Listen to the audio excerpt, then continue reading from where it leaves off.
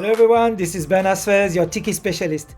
In this Tiki Express tutorial, we will see together how to create a wiki page on Tiki.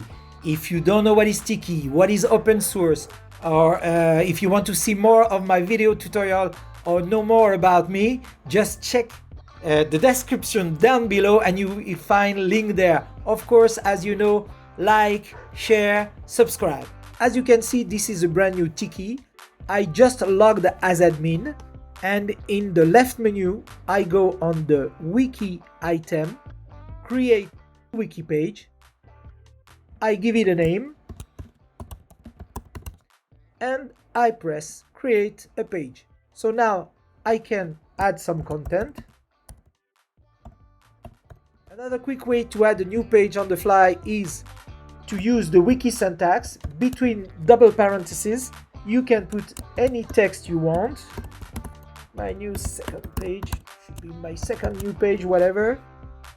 I just save, and as you can see the link is in red, and I'm invited to create this page. So here we are. This is it for this video. I hope you learned something, and if you view it till the end, don't forget to like, subscribe and share. Bye bye everyone.